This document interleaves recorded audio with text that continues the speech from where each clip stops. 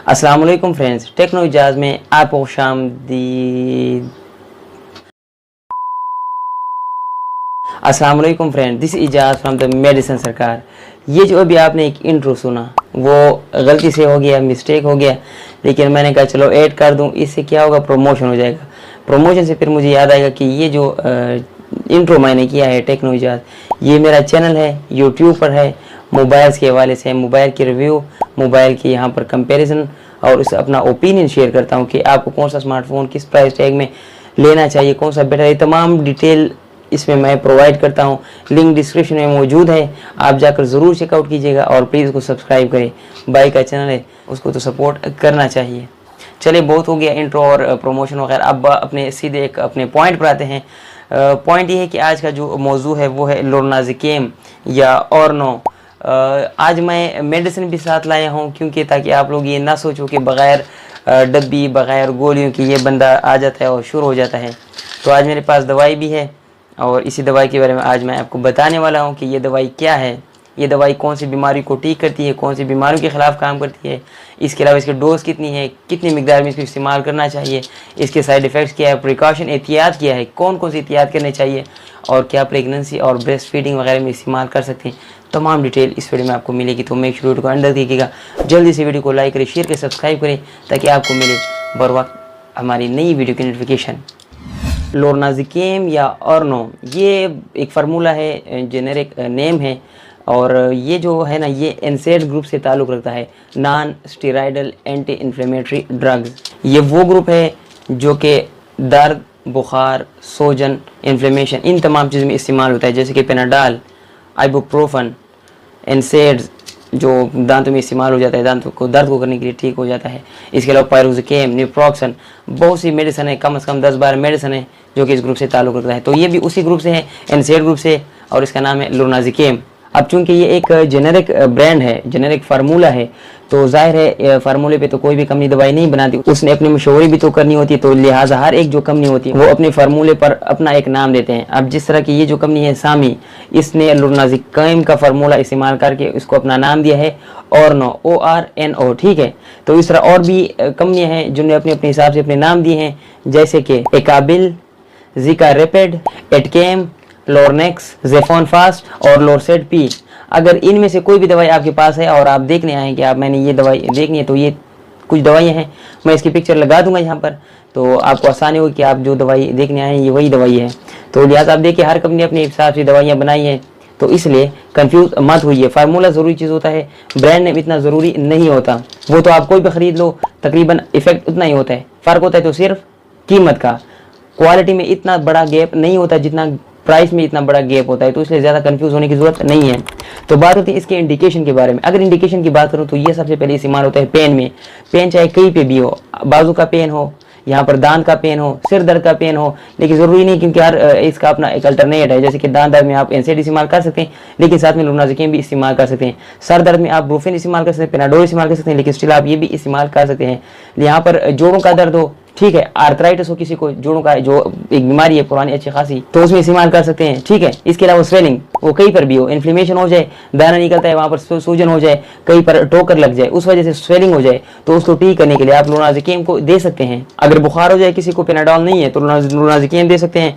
ज़ाहिर एनसेड ग्रुप से ताल्लुक़ रखता है, तो ज़ाहिर इन तमाम चीज़ों में इस्तेमाल कर सकते हैं। तो स्वेलिंग आप ज्वाइंट, स्वेलिंग आप any places of the body, any parts, ठीक है। इसके अलावा pain, any parts of the body have pain, you can use this medicine to treat that pain, to reduce that pain, also to reduce the swelling, to reduce the inflammation, to treat the inflammation, etc etc and etc। तो ये तो होगी इसी इस्तेमाल के बारे में। अब इस्तेमाल की बात आती है, हर एलोपैथिक का मसला ये है कि इसके साइड इफेक्ट्स भी होते हैं, अच्छे खासे प्रिकॉशन होते हैं, वबा फला इतनी चीज़ें इसके साथ जोड़नी पड़ती है, सीखनी पड़ती है, देखनी पड़ती है, तो इसके साइड इफेक्ट्स भी है। साइड इफेक्ट्स भी अच्छे खासे हैं, लेकिन घबराने की जरूरत बिल्कुल नहीं है। आपने सिर्फ घबराना नहीं है। पहले एक स्वेलिंग ऑफ इंटेस्टाइन, ये जो आंतें होती है आपकी, वो स्वेलअप हो सकती है, ब्लड डिसऑर्डर हो सकता है। ब्लड डिसऑर्डर में बहुत ज़्यादा बीमारी है, मैं एक भी एक्सप्लेन नहीं कर सकता, टाइम कम है। ड्राउजीनेस, गनूदगी या स्लीपलेसनेस या बेखाबी भी हो सकती है, सर दर्द हो सकता है, मौत असर हो सकता है। इसके अलावा भी बेफला बेशुमार साइड इफेक्ट्स हैं, क्योंकि वो इतने ज़रूरी नहीं है, इतने सवियर भी नहीं है, जो कि शायद आपको मालूम करने की ज़रूरत हो। तो ये अगर ये इस तरह की चीज़ें आपको हो जाए तो समझो कि ये साइड इफेक्ट्स हैं, लोनाजिकेम का। अगर लोनाजिकेम खाने के बाद ये साइड इफेक्ट्स आपको हो जाए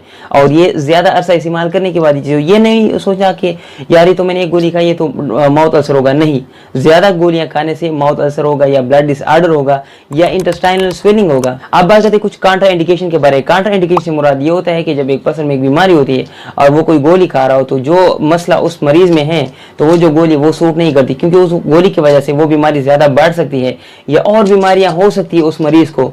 तो उनमें से कुछ हालत है, कुछ बीमारियां, इंडिकेशन है, कुछ कंडीशन वो है जो मैं अभी एक्सप्लेन करता हूँ आपके साथ। अगर तो आप एलर्जिक है इस गोली से तो आपने ये गोली हरगिज़ इस्तेमाल नहीं करनी है। चाहे आप पेनाडॉल से एलर्जिक हो, चाहे आप ब्रूफन से एलर्जिक हो, चाहे आप नेप्रोक्सन से एलर्जिक हो, चाहे आप पायरोजिकेम से एलर्जिक हो, तब भी आपने लोनाजिकेम जो है ना वो इस्तेमाल नहीं करनी, क्योंकि तमाम एक ग्रुप है। आप किसी भी ग्रुप में से किसी भी एक मेडिसिन से एलर्जिक हो तो समझो तमाम मेडिसिन से आप एलर्जिक है। अगर कभी भी आप कोई इस तरह की कंडीशन हो, यानी ग्रुप में से एक मेडिसिन से एलर्जिक हो, तो किसी भी तरह की गोली आपने इस्तेमाल नहीं करनी है, ठीक है, क्योंकि सीवियर मसला होगा, फिर मेरी जिम्मेदारी नहीं है। उसके बाद अगर आपकी किडनी डैमेज है या लीवर डैमेज है, आप किडनी की भी मरीज है या लीवर की मरीज है, जिगर आपका खराब है, तब ये गोली आप इस्तेमाल मत करें। स्टमक अल्सर, अगर आपके मैदे में अल्सर है, आपके मैदे में जख्म है, आपका मैदा खराब है, तब भी मत इस्तेमाल करें। अगर आपके जिस्म में प्लेटलेट्स की कमी है, आपका जो खून है वो गाढ़ा नहीं है, तो भी मत इस्तेमाल करें। अगर हिस्ट्री आप हार्ट फेलियर है, अगर आपका पहले हार्ट अटैक आपको हो चुका है, आपका हार्ट फेल हो चुका है पहले टाइम पर, तब भी आप इस्तेमाल मत करें। कुछ प्रिकॉशंस की बात करते हैं, कुछ एहतियात के बारे में बात करते हैं। पहले तो ये है कि आप इसने प्रेगनेंसी में इसको मत इस्तेमाल करें। प्रेगनेंसी में आप इस्तेमाल करोगे तो ये मिसकैरेज काज कर सकता है, बहुत ज़्यादा चांसेस है इसके, ठीक है, यानी आपका जो बच्चा है वो ज़ाया हो जाएगा, फिर अफसोस करने की ज़रूरत नहीं है, पहले से एहतियात करो। इसके अलावा अगर आप लीवर या किडनी के मरीज़ है तो भी इस्तेमाल मत करें। अगर आपका हाई कोलेस्ट्रॉल लेवल है, कोलेस्ट्रॉल लेवल आपका ज़्यादा है, या आपके हार्ट के मरीज़ है, तो ये तमाम एहतियात है, इसके दौरान आपने एहतियात करनी है। इसका डोज कम से कम इस्तेमाल करना है, इमरजेंसी के में इस्तेमाल करना है। अगर आपके पास कोई और मेडिसिन नहीं है, चॉइस नहीं है, तब ये गोली आप इस्तेमाल करें। अदर दिन दैट इसकी कोई ज़रूरत नहीं है इस्तेमाल कर। अब बात करें इसके डोज के बारे में, मिकदार के बारे में। देखिए डोज बहुत ज़्यादा इंपॉर्टेंट है किसी भी मेडिसिन के हवाले से। इंडिकेशन के बाद अगर आप डोज ज़्यादा खाते हैं या कम खाते हैं तो इसका फ़ायदा होगा कम या फिर नुकसान होगा ज़्यादा। इसलिए डोज को मॉडरेट रखना चाहिए, एवरेज जो आइडियल डोज होता है उसको इस्तेमाल करें। डोज इसका ये है कि ये जो गोली है ये 2 टाइम इस्तेमाल की जाती है, 12 आवर के बाद। यानी सुबह 8 बजे आपने ये गोली खाई है तो फिर रात को आपने 8 बजे खानी है, फिर अगले दिन आपने सुबह 8 बजे ये गोली खानी है। स्टार्टिंग में जो डोज है वो 8 है। अगर एक्यूट पेन है यानी रैंडम उसी वक्त आर्जी पेन है, टांगों में दर्द है या बाजू में दर्द है या सिर में दर्द है, तो आप 8 mg इस्तेमाल करें। लेकिन अगर सीवियर पेन है तो 16 मिलीग्राम तक आप सुबह, 16 मिलीग्राम शाम को इस्तेमाल कर सकते हैं। और हाँ, सबसे आखिर में कि जो बच्चे हैं 18 साल से कम बच्चे हैं उनमें ये दवाई रिकमेंडेड नहीं है, मत इस्तेमाल करें बच्चों में अगर वो 18 साल से कम है। ये कुछ मालूमात इस दवाई के बारे में। अगर प्लीज़ आपको कोई भी फ़ायदा इससे पहुंचा तो प्लीज़ आप वीडियो को लाइक कर सकते हैं, कमेंट कर सकते हैं। यार करते ही नहीं, इतना मेहनत करता हूँ, देखो कितनी गर्मी है, उफ तबाही है। इसलिए तो ज़्यादा से ज़्यादा शेयर करें अपने दोस्तों के साथ, रिलेटिव्स के साथ, ताकि उनको भी इस दवाई के बारे में ज़्यादा से ज़्यादा मालूमात मिल सके। आज के लिए बस इतना ही। कोई भी आपको सवाल मुझसे पूछ सकते हैं, मैं इंशाल्लाह इंस्टेंट रिप्लाई देने की कोशिश करूँगा।